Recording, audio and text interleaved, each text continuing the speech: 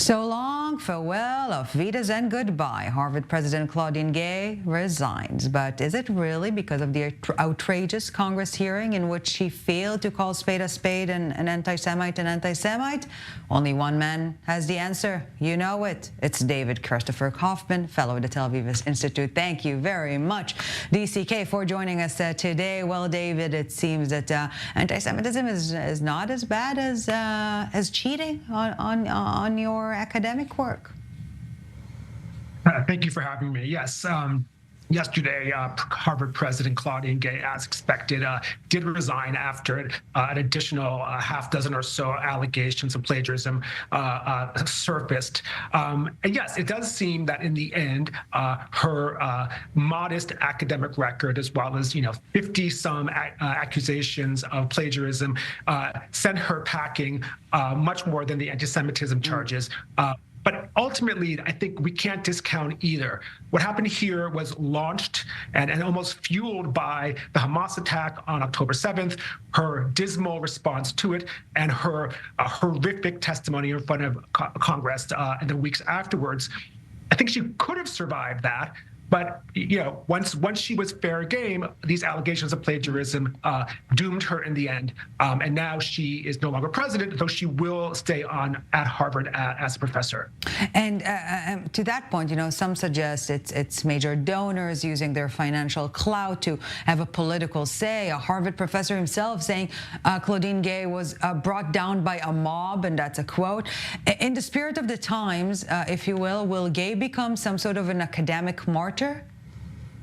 I think she already is. I mean, in the end, I think this is actually a bit of a tragic tale. Claudine Gay isn't necessarily a victim here, but her dismissal from Harvard as president, in the end, I don't really think it benefits anybody. It certainly doesn't benefit Claudine Gay.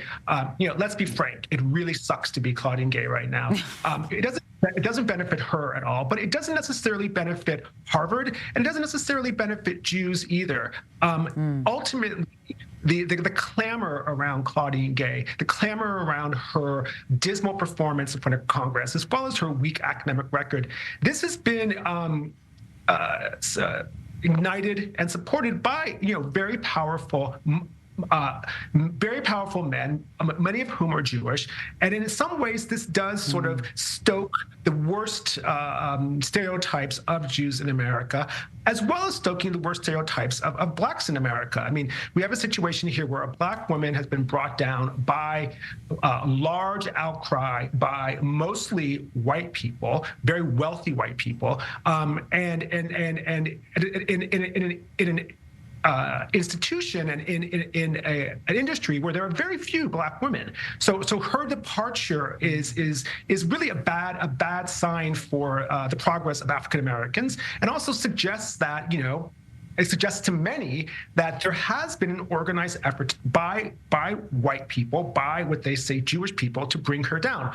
Already we saw yesterday by notable African American intellectuals that they got what they want. The language that's used is they got her. This was their agenda. They got what they wanted. And we know who they mean by they, even if they're not saying this. So in the end, I don't think this is actually really good news for anybody. This isn't good news for Harvard. This isn't good news for Claudine Gay. This certainly isn't good news for Black-Jewish relations, which are already frayed because of the Hamas attack, because of the disproportionate support by African Americans for the Palestinian cause. This isn't good for President Biden, who has seen young people of color very vocally opposed to his Israel policies and strategy. So I don't think this is actually good news for anybody. I don't really think we should see this as a victory.